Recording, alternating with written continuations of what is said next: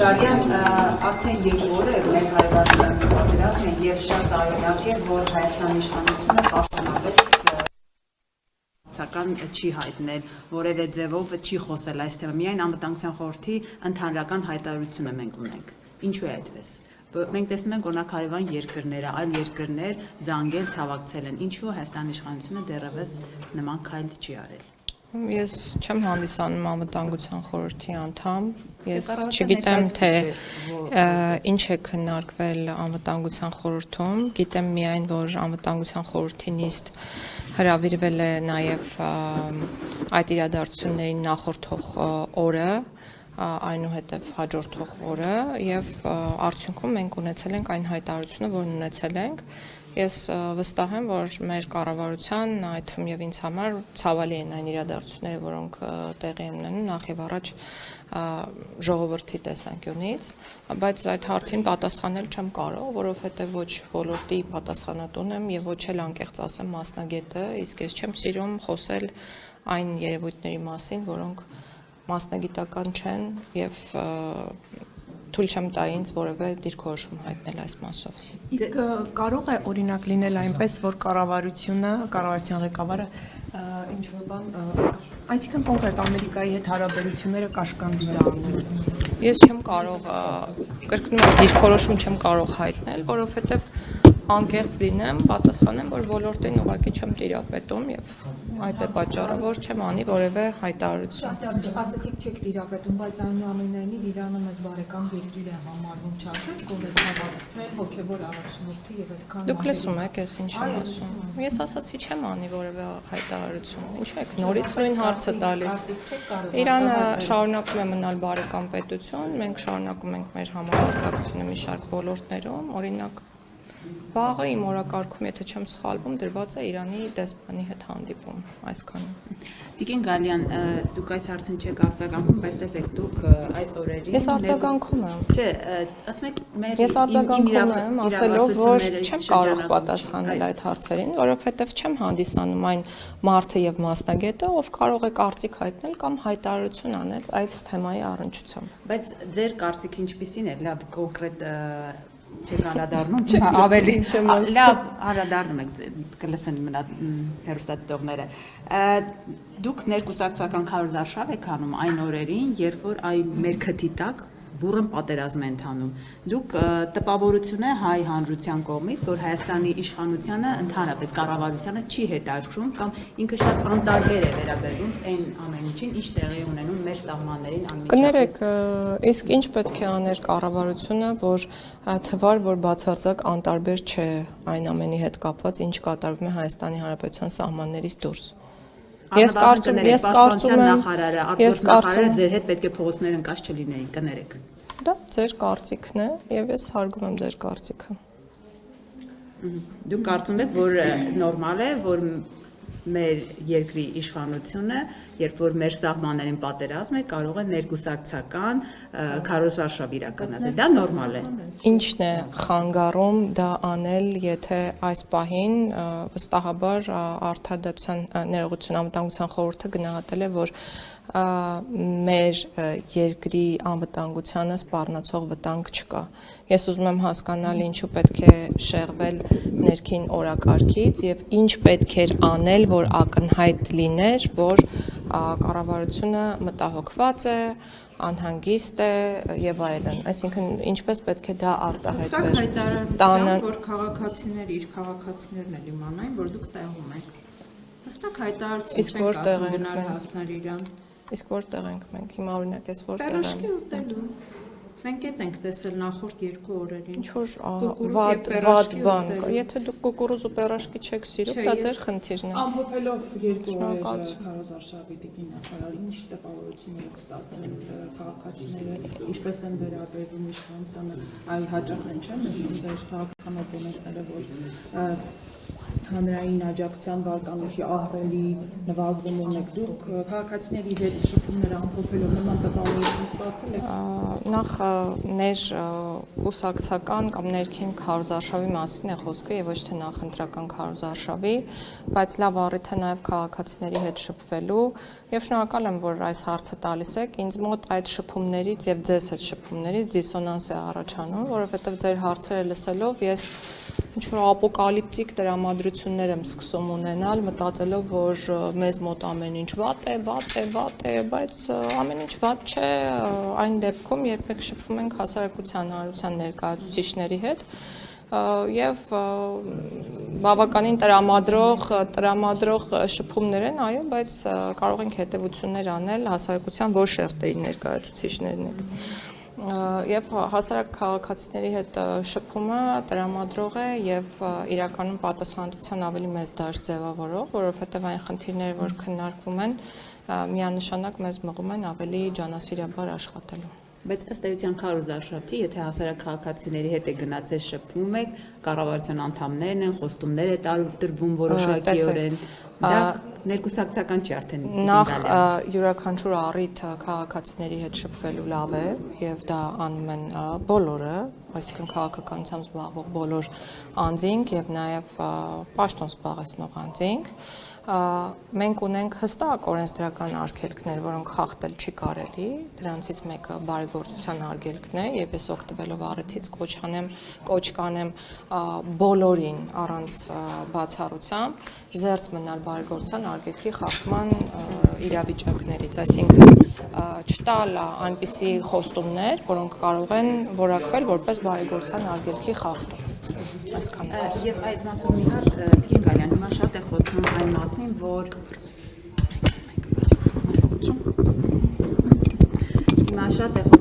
ընդդիմադիր ուժերի հետ կապված, այո, կա այդ արգելքը, բայց օրինակ մենք ինչպես հասկանանք նույն թոշակների հետ կապված իրավիճակը, այո, երբ որ ընտրություններից 3 ամիս առաջ է, հիմա դա Նիկոլ Փաշինյան որպես վարչապետ է իրականացնում, դա պարտավորությունն է իրեն, թե թոշակառուներին քաղաքացիական պայմանագիր կուսակցության ղեկավարը փորձում է կաշառել։ Հիմա ոնց է սահմանը։ Սահմանը շատ հստակ է, կարող եք նաև բացել միջազգային չափանիշներին ծանոթանալ, պարզ որոնման մեխանիզմների օգտագործման արդյունքում նախ սոցիալական երաշխիքների ապահովումը կամ դրանց բարձրացումը նախատեսված է եղել կառավարության ծրագրում։ Երկրորդ, պետական ռեսուրսների օգտագործմամբ սոցիալական խնդիրների լուծումը որևէ դեպքում բարեգործություն որակվել չի կարող։ Բարեգործության մասին մենք օրենք ունենք, որտեղ բարեգործությունը սահմանում է որպես մասնավոր ֆիզիկական կամ իրավաբանական անձանց կողմից իրականացվող գործունեություն։ Եվ պետական ֆոնդերի ծախսը, պետական միջոցների ծախսը չի կարող կրկնում դիտվել որպես բարեգործություն։ Միաժամանակ ունենք մենք պետական ռեսուրսների չարաշահման արգելք կամ վարչական ռեսուրսների չարաշահման արգելք, որի համար կա նախատեսված վարչական պատասխանատվություն, բայց դա կրկին այս ձեր կողմից բարձրացված հարցին առնչվող իրավիճակին բացարձակ վերաբերելի չէ։ Վարչական ռեսուրսի չարաշահման արգելք մենք ունենք նախընտրական քարոզարշավի շրջանում, երբ պետական եւ տեղական ինքնակառավարման մարմինները շատ ավելի ուշադիր պետք է լինեն, որպեսզի օրինակ իրենց քարոզարշավի ընթացքում չօգտագործեն պետական միջոցներ, պետական գույք եւ այլն, այսինքն վարչական ռեսուրսը, այդ վարչական ռեսուրսը չօգտագործվի։ Ինչ վերաբերում է բարեգործության արգելքին, ապա դա տարածվում է բոլոր ֆիզիկական եւ իրավաբանական անձանց հիմնադրամների վրա եւ ես խորհուրդ կտամ ուղղակի ուշադիր լինել, տեսեք, այդտեղ էլ նրբություններ կան եւ շատ լավ է, որ առիթ ունենք այս մասին խոսելու։ Ես այն կարծիքին չեմ, որ բարեգործական այն ընկերությունները, որոնք նախորոք ունեցել են հաստատված տարիների համար ծրագիր հստակ, երբեմն այդ ծրագրերը հաստատվել են հենց կառավարության կողմից եւ այդ ծրագրերի շարունակական իրականացումը կարող է հանդիսանալ բարեգործության արգելքի խախտում, բայց այդ ծրագրերում ֆինանսական միջոցների ծավալի ավելացումը, շահառուների շրջանակի ընդլայնումը ընտրություններից հենց առաջ նախորդող իրադրությունում կարող է գնահատվել, այսպես հստակ չասեմ, բայց կարող է գնահատվել, որ կա խնդիր։ Հետևաբար կխնդրեմ բոլոր այն անձանց եւ կազմակերպություններին, որոնք իրականացնում են բարեգործություն, լինել ուշադիր եւ հետեւել այն կարգավորումներին, որոնք մեր երկրում կան եւ գործում են։ Բայց ամեն դեպքում իրավապահներն են ձեր ասածին ի հակառակ այլ մեկնաբանություն, օրինակ Վաղարշապատի դեպքը կհիշեք վականը ոնց որ նախորդ ծրագրված էր, բայց ամեն դեպքում Ուզում այդքան էլ միանշանակ չի, որ այն ինչ դու կարծում ես նույնը մեկնաբանում է։ Ես դրա համար նշեցի իմ կարծիքը եւ մեկնաբանությունը։ Չեմ կարծում, որ օրենսդրական բացի մասն է խոսքը։ Գուցե գիտեք, եթե հիմա տեսեք, ես շատ անկեղծ կգտնվեմ, եթե այս ժամանակահատվածում չգտնվեին, գուցե հստակեցմանը միտված փոփոխություններ առաջարկենք, բայց նախընտրական շրջանում խաղի կանոններ, որ այն ամեն դեպքում փոխելը գուցեև շահարկվի, հիմա չգիտեմ ինչ կխոսեմ, բայց հստակ է միշտ օրենսդրական նորմերը կարելի է շատ ավելի հստակեցնել, բայց դա չի նշանակում, որ մենք պետք է ընկնենք ծայրահեղությունների գիրկը։ Այսօր էլ այդ կարգավորումները կան բավարար հստակ չափով եւ բավարար կանխատեսելի, որպեսզի մարդիկ կառուցեն իրենց վարքագիծը։ Նախարար, եւ ասել եք կներեք, եթե այս ընթացքում պատասխանել եք այդ հարցին, ասել եք, որ պետք է մարտին հրապարակվի սահմանադրության նախագիծը, հիմա մարտն է, երբ կհրապարակվի։ Մարտին կհրապարակվի, մարտը դեռ շարունակվում է։ Ես միշտ ասել եմ, որ տեքստը պատրաստ կլինի մարտ ամսին, տեքստը գրեթե պատրաստ է, մենք քննարկումներ պետք է նաև սկսենք խմբակցության մեր գործընկերների հետ, այնուհետև որոշում կկայացվի հրապարակել տեքստը, բայց պետք է նկատի ունենալ, որ տեքստը հրապարակվելու է այն ցանկությամբ, որ կարծիքներ ստացվեն տեքստի փոփոխության հետ կապված, այսինքն մենք բաց ենք լինելու յուրաքանչյուր առաջարկի առաջ, տեքստը լինելու է խիստ նախնական, քննարկելի, որպեսզի մեր հանրությունը ծանոթանա եւ ներկայացնի իր կարծիքը, ոչ միայն հանրությունը, այլ նաեւ մասնագիտական հանրույթը եւ նաեւ մյուս գործընկերները։ Եվ կներեք, որ ասում եք գրեթե պատրաստ է, այդ գրեթեն ինչն է, որ բաց է մնացել, եւ արդյոք այդ պատրաստի մեջ կներեք նաեւ մտնում է անկախության հռչակագիր։ Ասեմ, ինչը դեռ չի քննարկվել եւ պատրաստ չէ։ Պատրաստ չէ նախաբանը, առաջին գլուխը, երկրորդ եւ երրորդ գլուխները գնացել ենք միավորման ճանապարհով, այսինքն դարձրել ենք մեկ գլուխ, դա նշանակում է, որ պետության պոզիտիվ պարտականությունը պաշտպանելու քաղաքացիների իրավունքները, օրինակ առողջապահության իրավունքը եւ այլն ավելի ամրապնդվել են, այսինքն պետությունը ավելի մեծ բեռ է պատրաստ վերցնել այդ առումով,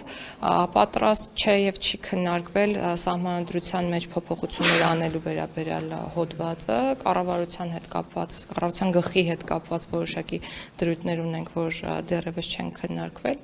եւ այդքանը։ Իսկ տիկին նախարար ձեր տեղակալացում էր, որ հրապարակել չհրապարակելու մասով դեռ պետք է ինչ-որ որոշում կայացվի։ Քննարկումներից հետո Ես կարծում եմ, որ կհրապարակվի, իրականում հենց պատրաստ լինենք քննարկել հանրության հետ կարգավորումները, իսկ պետք է լինենք պատրաստ, պետք է հրապարակենք բարձր։ Հռչակագրի հետ կապված ինչպես է տրամադրվածությունը։ Դեռ չենք որոշել, ամեն դեպքում սա մի հարց է, որ շատ երկար քննարկել ենք։ Այսինքն նոր բաներ նախորդիվ ձեզ հետ ենք երկար քննարկել, էլի դա քննարկել եք եւ պարոն Դատունցն էլ ասում էր, որ դա տեխնիկական հարց չի, որ մի օրում նստենք որոշենք, այսինքն հանվելու է Տիկին Գալյան։ Դե հիմա ես ձեզ չեմ պատասխանի, երբ որոշում կկայացվի գնալ այդ ճանապարհով, ձեզ երբ հրապարակվի կտեսնեք։ Իսկ ինչու պարզ է, որ որոշումը կա, մնում է տեխնիկական բան, ինչու չեք ուզում հրապարակել։ Որոշումը խորհուրդն է ընդունում, խորհրդում այդ հարցը դեռ չի քննարկվել, այսինքն օրակարգում երբևէ չի, օրակարգում երբևէ չի, նախարարությունը միշտ այն բանի կողմնակիցն է, որ Հայաստանի Հանրապետության անվտանգությունը, խաղաղությունը, տարածքային ամբողջականությունը երբևէ